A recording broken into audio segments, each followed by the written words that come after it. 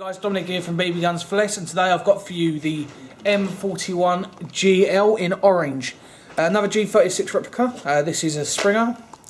Now, first things first, you might notice it is a nice sized rifle. I'm a fan of the G36 series of guns. They feel so comfortable to hold. Biggest note on them is they have this curved mag well here. They're great for getting your hand in. Where most people would hold them there, you can hold these quite comfortably in front of the mag well. So what do you get in the box?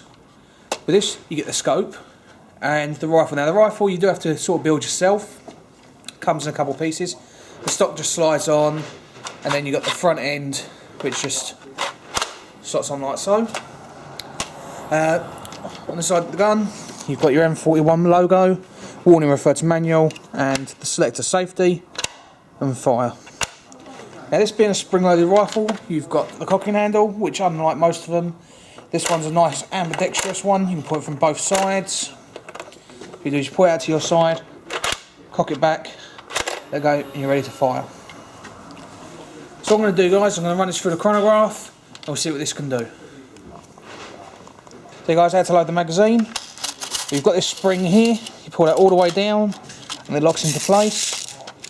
Just put your speed loader at the top and just push them in.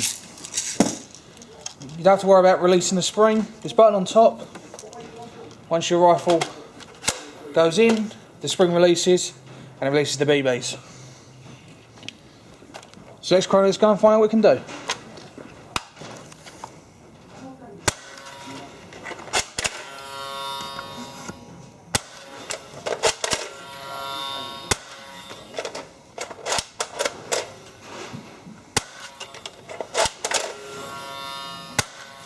It's round about the 270 mark, it's not bad, and it is nice and easy to cock. You bring it up and fire quite nicely. The gun itself is very comfortable to hold.